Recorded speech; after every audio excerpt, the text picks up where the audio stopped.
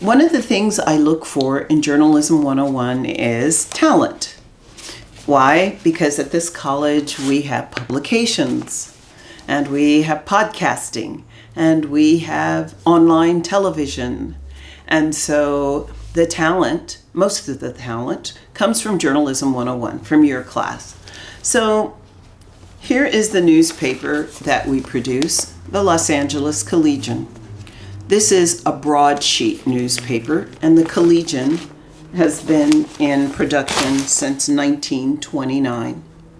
This is a full-size broadsheet, different from the current LA Times, which is cut down and smaller, or USA Today. You're familiar, I'm sure, with the newspapers you'll see in the supermarket checkout line that are tabloids, which are half this size and sometimes a little smaller. But this is a standard broadsheet, the Collegian. News and information for students. News that you can use. Your first bylines, potentially, unless you were fortunate enough to work on a high school newspaper or work on a newspaper at another college. I'm always interested. I love this. This was North Will Remember Italian lesson. This came from last semester, and the date is April 15th. And here we are, well into the summer of 2020, and the North will remember, and so will the U.S., because we didn't take heed, and we followed in their footsteps with a very high number of deaths due to coronavirus. This is the magazine for this year, the summer, spring and summer. This is the Collegian Times. It is published once a year. This is like our marquee publication because more time and effort goes into this than a bi-weekly newspaper. And the students who worked on this really worked hard, and they did great work. And there are actually, I think, a couple of students who are in Journalism 101 who contributed to this. This is great. It's always sunny in South LA. This student is fabulous, William Torres. And there are other great stories. The name of the magazine is Coronavirus Roars into 2020, because that's the big story of this year, maybe even bigger than the presidential election. So here's a story, A Sailor's Tale, that a rather new student wrote about the USS Roosevelt and the spread of coronavirus on board. That was an important news story. I'm sure that among you, some of you, I may see next spring working on this publication. It's great fun. Last year, the Collegian Times won the best two-year college magazine in the United States, according to College Media Association in New York. That was great. Not easy to do.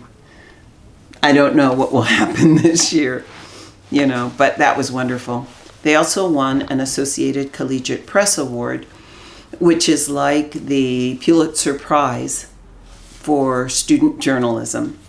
And in case you don't know, the Pulitzer Prize is the highest prize in journalism. It's akin to the Oscar Awards, or winning an Academy Award. And there is a culture in journalism of competition and of awards and recognition. It's just part of the fabric of the discipline. Reporters compete.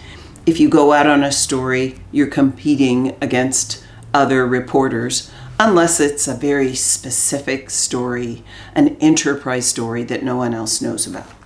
Okay, so my job in this class is to make sure, first of all, that I give you a foundation in journalism, that I make you understand some of the important tenets of the press in the United States.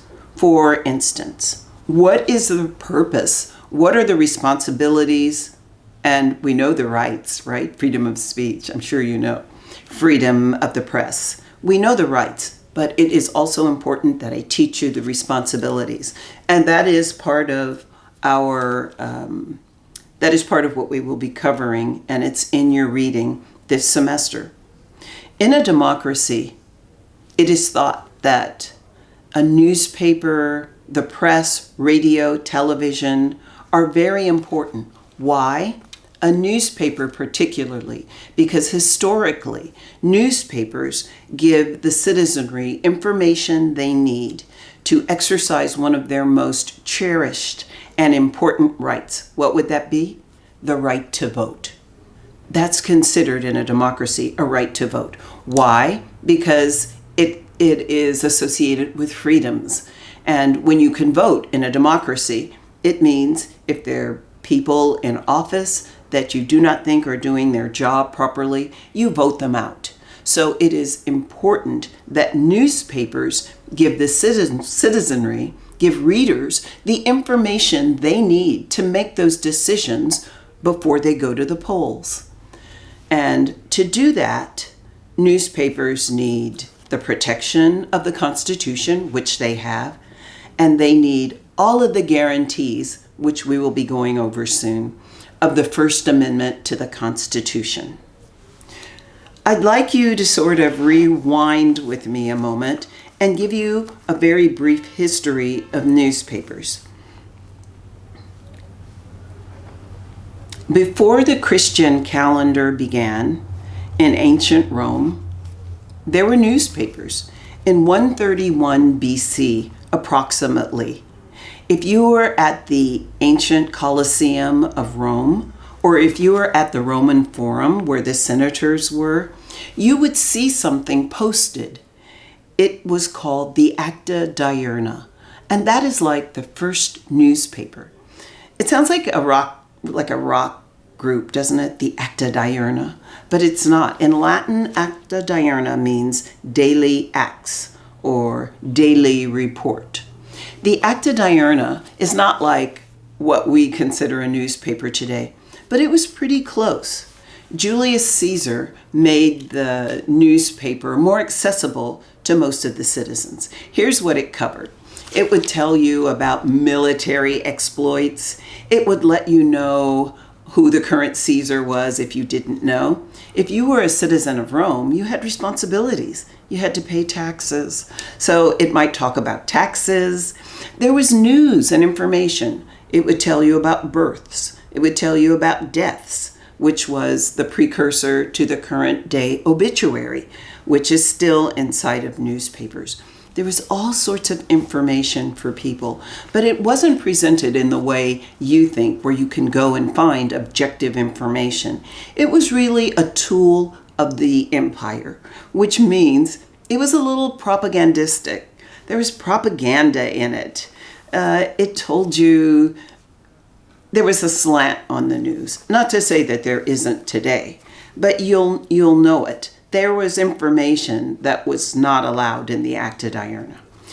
So in ancient Rome, the newspaper was one of the things that made the Empire of Rome great, along with their aqueducts and cement. They were among the first to have cement and build these, great structures.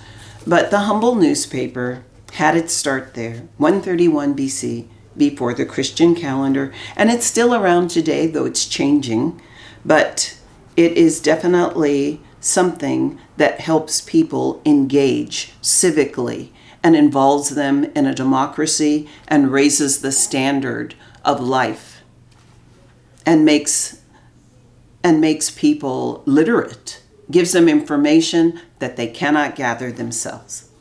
So we'll be taking another break. I'd like to give you information about the responsibilities of a reporter in a democracy.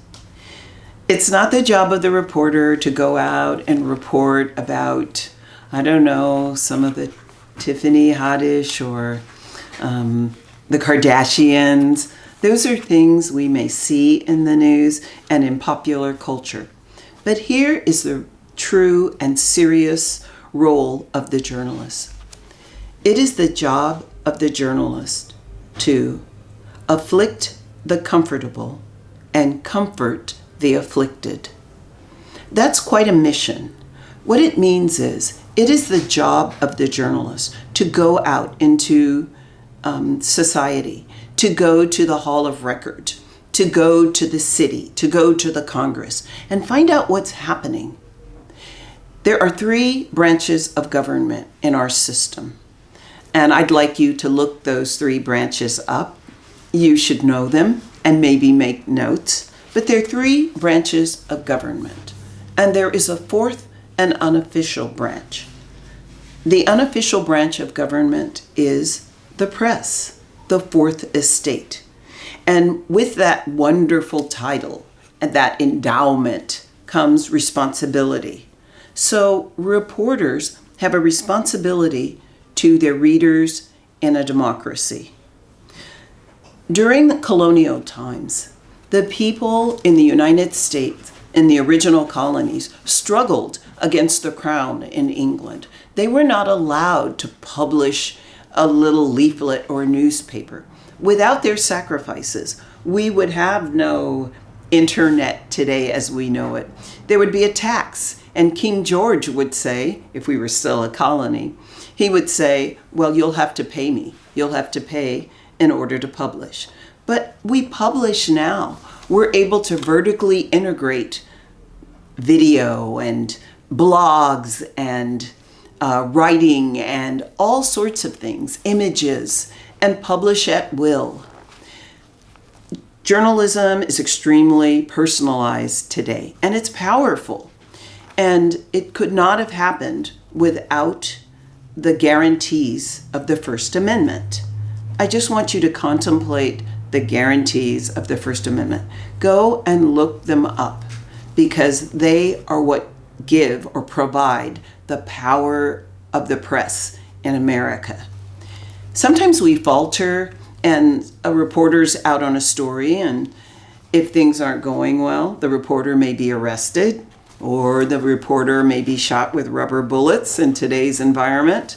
But it doesn't matter. The U.S. Constitution guarantees certain freedoms to the press. It is the only business that is mentioned in the U.S. Constitution. Congress shall make no law. This is powerful language, and if we don't remember it, if we don't learn it and recall it, then we're missing and we're losing, and you begin to lose your freedoms that are guaranteed. And as you go on, or if you go on to study more journalism, when you get to media and law, you will learn that there's a fear that you lose your guarantees to the First Amendment, you lose your freedoms, not overnight, but there's a chipping away. There's a chipping away. You lose them little by little.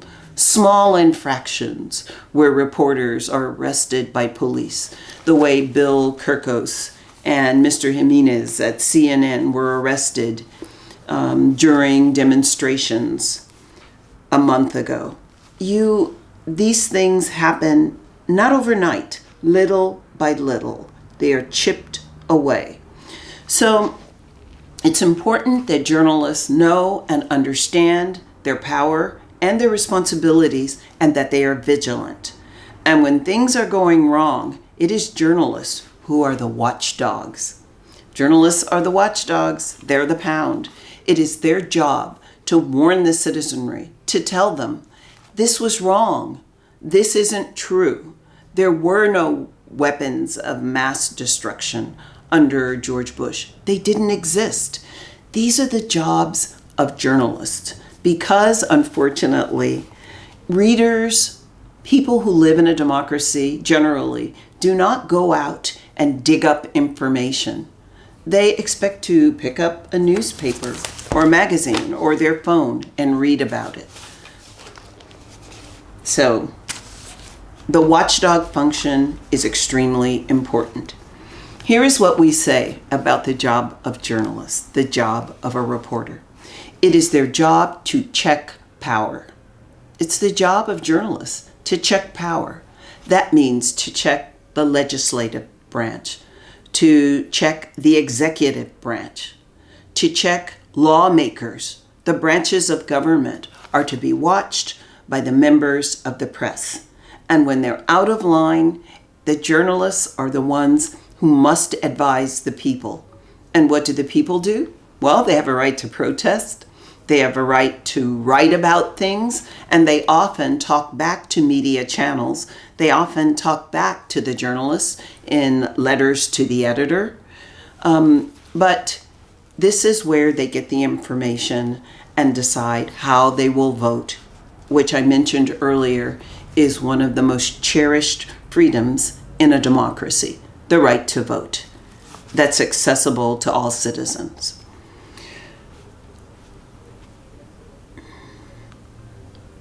Something else that you should learn or will be learning in this class will be the basics of media law, because journalists have to know about these things. And where we will go to do exercises and to get information quickly is the Student Press Law Center, splc.org. This is a place where you will take quizzes on libel, which you will learn about in a later lesson. I think it's chapter 7, about a free press and other information, but it's interactive with the site. So you can look forward to that. But this lecture was very important to me because I want to make sure that you understand that we have a lot of ground to cover. Some of it will be fun and amusing, but much of it, the onus is on you. You have to do the chapter readings. If you don't read, you won't be ready. You won't get anything out of this course. I think the bar for earning an A in journalism is quite accessible. It's right in the middle. How do you earn an A? You connect to Canvas and you watch the assignments and you complete them. How do you complete them? On time. A deadline is not a theory. I would be unfair to you in not providing you with the best level of a journalism education if I said, oh, don't worry about that deadline. I'm going to change it. I'm not going to change any of those deadlines. Journalists must conform with deadlines. They have to meet deadlines. It is part of the very important culture, one of the most important things as far as performance that a journalist can do. They have to meet their deadlines. News, we live in a 24/7 news environment. You can always get news. It's not like the newspaper that used to come out every morning or radio, which sped things up. It's everywhere now and it's always on. So we have to be realistic about that. I will hold you to deadlines. Turn in, if you can't finish an assignment, just turn in what you can. Put the period in, as we say, and get it in. The writing, as I said, is important, but it's just a matter of practice. Believe it or not, after 2.5 weeks, you will be given your midterm, and you will go out and report your midterm. It will be visible to you at the end of the first week. So that's all for now. You'll have your first writing assignment during the first week. You'll see it in Canvas. I'm also going to conduct, since this course is completely online, I'm going to make sure we have a chance to engage and talk in a live setting on Zoom once or twice a week. This Wednesday, I will send you a link to a Zoom meeting, and I'll be in the Zoom meeting and you'll be able to come in and you can ask about questions. I can recap lecture information. I think it's sort of important. I have no doubt that you could do this without me, but I think because we're in such a compressed semester, I need to make sure that you don't have questions, and if you do, you can reach me. Okay? So I will see you in 3 days on Zoom. And if you somehow miss the Zoom lecture, it should be available because it records. Maybe not. I just would encourage you to be there. It's optional. There are no required live meetings in this course, but it can assist you. Okay, so I look forward to working with you and getting to see how you engage with the curriculum, and I'm here to help you in any way possible. Just email me. In this environment online, I'm always online checking. I'm here to help. So welcome, all 47 of you. I hope I get to see you in some sort of live environment at some point. But if not, this is just fine. Okay, I'll see you soon.